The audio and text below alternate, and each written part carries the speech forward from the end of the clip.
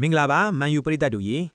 အမှန်တရားကိုတက်တက်ပြောရမယ်ဆိုရင်လက်ရှိမန်ယူအနေထားနဲ့ဆိုရင်တော့ဒီဟာဒီ Champions League ဝင်မနိုင်ပါဆိုတာတေချာတလောက်ရှိနေပါပြီဒါကအာမနာလို့ပြောတာမဟုတ်ပါဘူးအချက်အလက်တွေကိုကြည့်ပြီးအမှန်တရားကိုပြောတာပါတစ်ချက်ကတော့ League Position ပါအခုမန်ယူက Top 4ထဲမဟုတ်သေးပါဘူး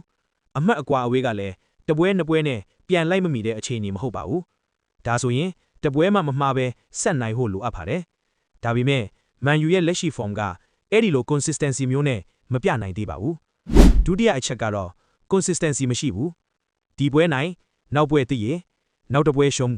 ဒီပုံစံနဲ့ top 4ကိုလိုက်ဖို့ဆိုရင်အမှတ်မလောက်ပါဘူး Champions League ဝေဖို့ဆိုတာ highlight football မလိုပါဘူး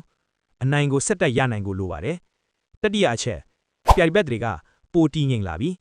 အပေါ်မှာရှိနေတဲ့ Man City Arsenal Liverpool Chelsea Aston Villa ဒီအသင်းတွေကမန်ယူထက် form ပိုတီးငိမ်ပါတယ်မန်ယူကကိုယ့်ပွဲကိုမနိုင်တာမှအခြားအသင်းတွေခြေချော်လက်ချော်ဖြစ်မှရမှာပါဒါက Champions League ဝင်ဖို့မသင့်တော်တဲ့အခြေအနေပါလေးအချက်ကတော့နီးပြအပြောင်းလဲပါ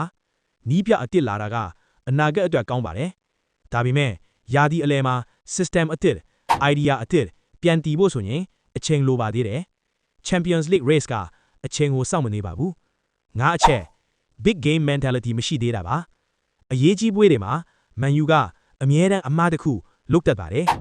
top 4ကိုလိုက်ဖို့ဆိုရင်ဒီအမားတွေကိုချက်ချင်းပြင်နိုင်ရပါလိမ့်မယ်ဒါပေမဲ့လက်ရှိအနေအထားကအဲ့ဒီအဆင့်မရောက်သေးပါဘူးဒါကြောင့်အမှန်တရားကိုပြောရမယ်ဆိုရင်ဒီယာဒီ Champions League ကမန်ယူအထ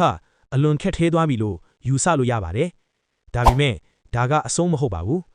Europa League ဒါမှမဟုတ်နောက်ယာဒီအထ foundation တည်ဖို့ဒီအချိန်ကအရေးကြီးဆုံးပါမန်ယူပရိသတ်တို့မဖြစ်စေချင်ဘူးဆိုတာနားလေပါတယ်ဒါပေမဲ့အမှန်တရားကိုလက်ခံပြီးအနာဂတ်ကိုပြန်တည်ဖို့အချိန်ရောက်လာပြီလို့ထင်ပါတယ်ဗီဒီယိုလေးကိုကြိုက်နေတဲ့ရင် like and subscribe လုပ်သွားပေးကြပါဦးနော်